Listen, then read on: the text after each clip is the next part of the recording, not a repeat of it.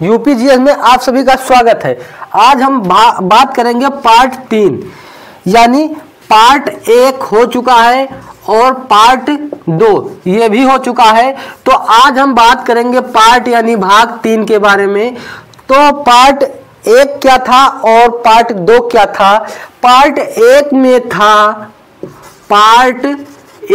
था एसी और पार्ट 2 में था डीसी, यानी एसी और डीसी पर बात करेंगे। तो आज हम बात करेंगे पार्ट 3 और इस टॉपिक पर लास्ट वीडियो है। तो अब आप समझिए कि दोनों में अंतर क्या है, डिफरेंस क्या है और कैसे लोग यूज करते हैं। डीसी किस काम आती है और एसी किस काम आती है। आप लोगों को मैं बताया था डीसी की परिभाषा और एसी की परिभाषा, यानी एसी में दिशा और धारा यानी दिशा और माप दोनों की फ्रीक्वेंसी, यानी वो फ्रीक्वेंसी में चलता है, आवृत्ति में चलता है। 1 सेकंड में 50 फ्रीक्वेंसी होती है एसी की।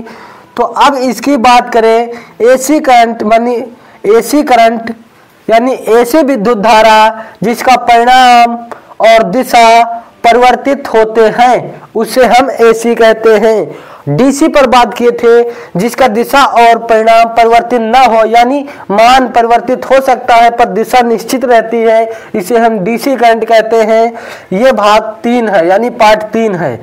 तो जैसे एसी को एक क्षेत्र से दूसरे क्षेत्र आसानी से ले जा सकते हैं। एसी में एक क्षेत्र से दूसरे क्षेत्र को ले जाते हैं तो ऊर्जा की हानि नहीं होती है। और एसी से यूज होने वाले उपकरण जैसे फ्रिज, वॉशिंग मशीन, बल्ब इत्यादि यूज करते हैं। एसी को जल की धारा अल्टरनेटर पर गिराकर, यानी अल्टरनेटर और टरबाइन को एक रबड़ के माध्यम से जोड़कर उस पर जल गिराया जाता है, जिससे एसी करंट का निर्माण होता है यानी उत्पन्न होती है। डीसी को बात करें तो डीसी है डायनेमो से उत्पन्न होती है।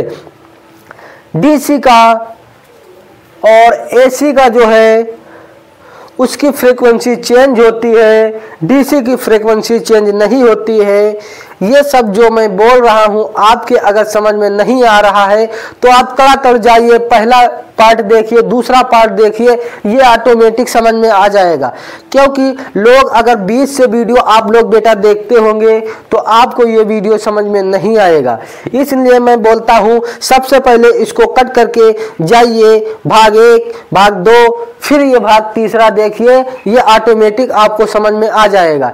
क्योंकि जो लोग भाग 1 और भाग 2 देख चुके हैं उनके समझ में सिर्फ इतना ही लिखा आ जाएगा कि क्या इसमें बात करने वाले हैं और किस टॉपिक पर बात हो रही है, ये सब उनके समझ में आ जाएगा।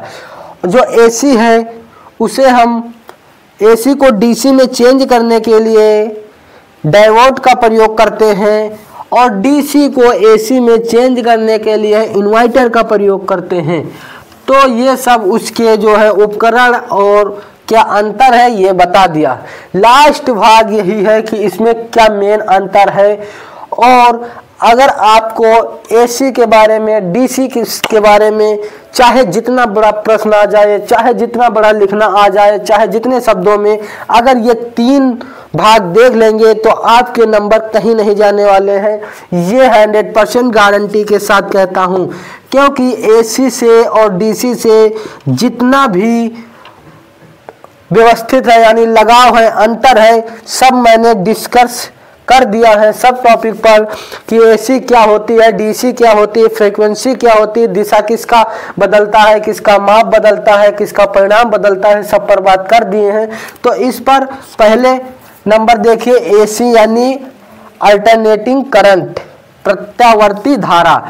तो एसी की बात करिए, दिशा जो है एसी मतलब एसी धारा आप बात कर लीजिए, या एसी ये वाला मत समझ लीजिए। तो दिशा तथा परिणाम, एसी की बात कर रहे हैं, दिशा तथा परिणाम परिवर्तित होते रहते हैं। और यहाँ पे हम बात करें कि डीसी की तो डीसी में मान परिवर्तित हो सकता है किंतु दिशा निश्चित रहती है। यानी जो मान आता है, परिणाम आता है, वो परिवर्तित हो सकता है और दिशा निश्चित रहती है, दिशा निश्चित रहती है। एसी की दिशा और परिणाम परिवर्तित हो सकती है, परंतु डीसी का मान परिवर्तित हो सकता है किंतु दिशा परिवर्तित नहीं होता है। एसी का परिणाम और दिशा दोनों परिवर्तित होते हैं। डीसी की जो मान परिवर्तित हो सकता है किंतु दिशा निश्चित रहती है। यानी इसका मान परिवर्तित हो सकता है डीसी का, यानी परिमाण जो है ये परिवर्तित हो सकता है, यानी मान जो है ये परिवर्तित हो सकता है, दिशा परिवर्तित नहीं होती है। अगला है दूसरा कि इसमें ट्रांसफार्मर प्रयुक्त किया जाता है, यानी एसी में ट्रांसफार्मर प्रयुक्त किया जाता है। इसका उल्टा क्या हो जाएगा, डीसी में ट्रांसफार्मर प्रयुक्त नहीं किया जा सकता है।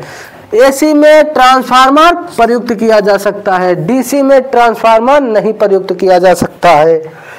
तीसरा है विद्युत लेपन में प्रमुख नहीं किया जाता है, यानी विद्युत लेपन में प्रमुख नहीं किया जा सकता है। इसी प्रकार डीसी की बात करें कि विद्युत लेपन में इसका प्रयोग किया जाता है, इसका लेपन नहीं किया जाता है, इसका लेपन किया जाता है।